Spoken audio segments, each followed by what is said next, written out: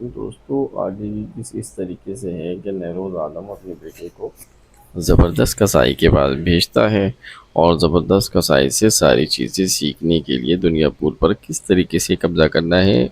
وہ ساری چیزیں سیکھنے کے لیے اپنے بیٹے کو دنیا پور کے لیے بھیج دیتا ہے۔ تو بیٹا جو سمیر ہوتا ہے وہ زبردست کسائی کے پاس پہنچتا ہے، اور وہاں پر اس سے ڈسکس وغیرہ ساری چیزیں کر رہا ہوتا ہے کہ اچانک نواب کی جو بیٹی ہوتی ہے جو ابھی دنیا پور پر قبضہ کی ہوئی ہے وہ آ جاتی ہے اچانک اپنے بندوں کے ساتھ، اور اس کی ساری باتیں سنتی ہے۔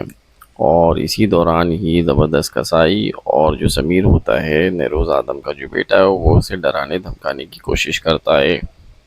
مگر وہ اس کے ڈرنے پہ نہیں آتی ہے، اور اس کو بھی وہ دھمکی وغیرہ دے کر وہ چلے جاتی ہے۔ اس دوران تو وہ چلے جاتی ہے، اس کے بعد وہ اپنے بندے کو بھیج کر اپنی طاقت کے زور پہ دنیا پور پہ قبضہ جو کی ہوئی ہے نواب کی بیٹی، وہ اسے زبردست کسائی کو اٹھوا لیتی ہے اپنے بندوں کے ذریعے، اپنی پاور کے ذریعے، اور اس کو گھسیٹتے ہوئے اس کو لے کے آتا ہے نواب کی بیٹی کے پاس۔ اور نواب کی بیٹی اسی دوران اس کو بولتی ہے کہ میری پاور کا اندازہ تو میرے اس وقت نہیں ہو رہا تھا، تو مجھے ایک لڑکی سمجھ کر میری پاور کو ایسی ہی سمجھ رہے تھے، اب بتاؤ کہ میرے پاس کتنی پاور ہے،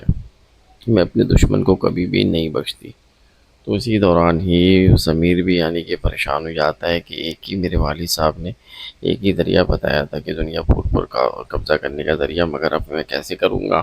تو سمیر اپنی کوششیں خود سے کرے گا، اور یہ قدم خود سے رکھے گا، اور مختلف جگہ اپنے علاقے وغیرہ کے لوگوں کو یعنی کہ اکٹھے کر کے سیٹنگ بنائے گا، اور اس کے بعد دنیا پور پر قبضہ کرنے کی پوری کوشش کرے گا۔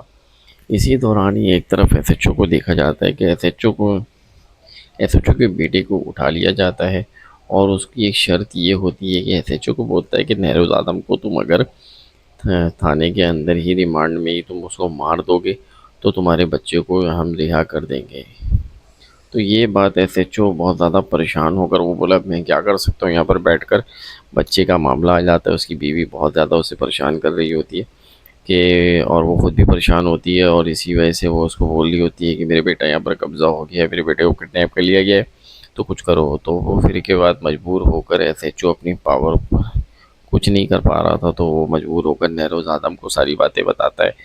اور نیروز آدم کو بولتا ہے کہ میں اگر تمہیں مار دوں گا تو میرے بچے کو رہا کر دیں گے وہ لوگ۔ تو نیروز آدم بولتا ہے کہ میں نے تمہیں کہا تھا کہ نا، میں نے تمہیں کہا تھا کہ میں جیل میں بیٹھ کے ہی بہت کچھ کر سکتا ہوں، تھانے میں بیٹھ کر تمہیں اندازہ نہیں ہے، تو چلو میں تمہارے لیے اتنا کرتا ہوں کوشش۔ تو پھر کے بعد وہ جیل میں بیٹھ کے ہی مختلف اپنے سورس لگاتا ہے، اور وہ ایس ایچ او کے بیٹے کو رہا کروا دیتا ہے، اور اس کو چھڑوا دیتا ہے اپنی طاقت کے بلبوتے پہ۔ تو ایس ایچ او کو یقین ہو جاتا ہے کہ نیروز آدم بہت پاورفل آدمی ہے، اور نیروز آدم کچھ دن جیل میں رہتا ہے، اور جیل میں بیٹھ کے ہی اپنے پورے نیٹ ورک کو مضبوط کرتا ہے، اور اسی طریقے سے دنیا پور پر آہستہ آہستہ یہ قبضہ کرتے جائے گا۔ تو آگے کی قصہ آپ کو انشاءاللہ ہم بتاتے رہیں گے، تو ہمارے ساتھ جڑے رہیے گا۔ میں ہوں سید محمد کامران، اور آپ دیکھ رہے ہیں سید عریش کامران چینل۔